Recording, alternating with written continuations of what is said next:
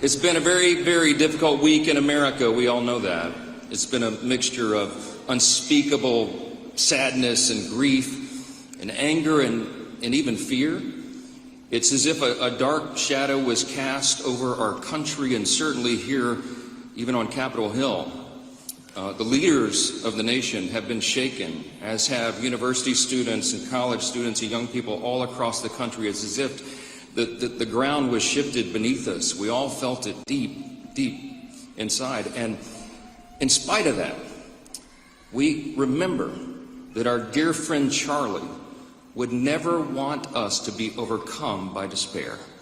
He would want exactly the opposite. You know, Charlie Kirk recruited and trained and educated a generation of happy warriors. And we do well to be reminded that the best way to honor his memory and to honor his unmatched legacy is to live as Charlie did. That's right.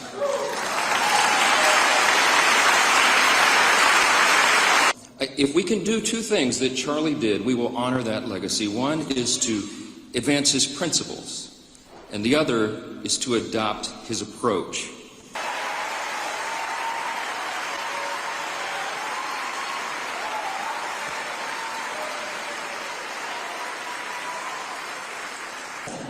And it's really comforting to be around so many good, faithful, God-fearing people at a time when I know we are all still mourning, we're confused, we are angry over the assassination of a legendary American and a friend to so many in this room and so many across the country, Charlie Kirk.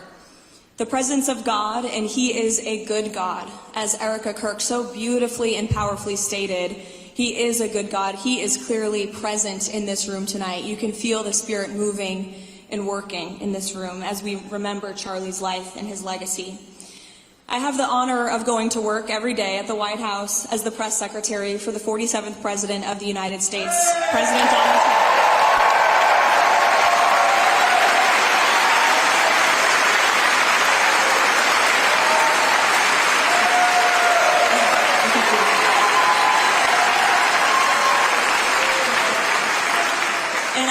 Repeat that because I would not be in this position if not for the heroic efforts of Charlie Kirk, who turned the political tide among young people in this country and helped usher in President Trump's historic victory on November 5th, 2024. When I launched my campaign for Congress at just 23 years old during the 2022 midterm elections, most people in this town, pretty much all of the people in this town of Washington, did not take me seriously.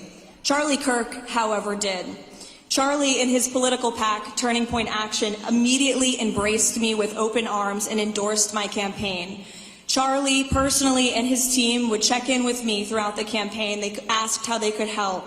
And when Washington super PACs poured money into the coffers of my opponents' campaigns, Charlie and Turning Point gave more to me to help me across the finish line. And I speak on behalf of the President when I say, President Trump loved you, Charlie, so much too.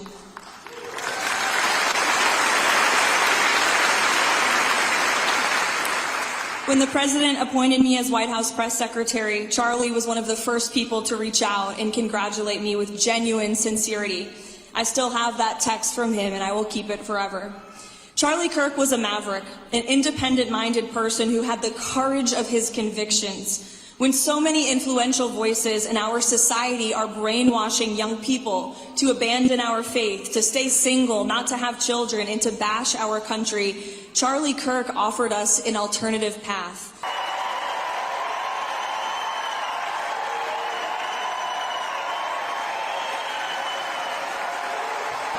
Yesterday, my 17-year-old niece left for Europe to go to college.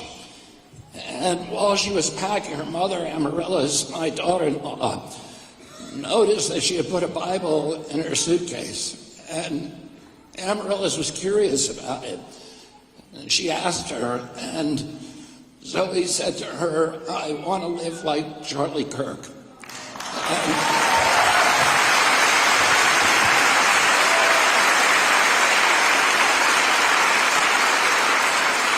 There are millions and millions of kids around the country who he inspired who now want to live with Charlie Kirk, and that's a great thing for our country.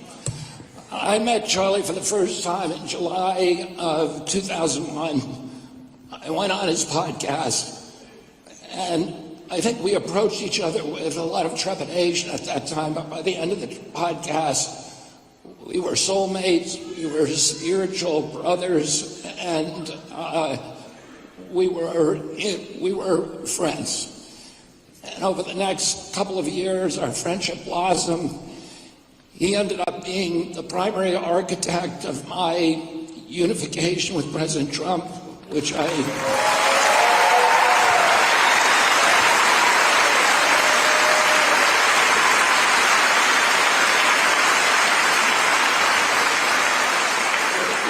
did my endorsement at his rally, at the Turning Point rally in Scottsdale.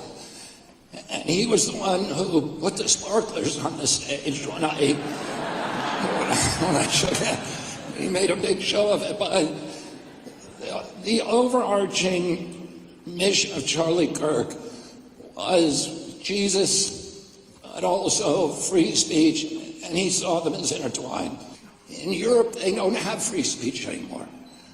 We have it here, and we are the beacon for humanity for the rest of the world. And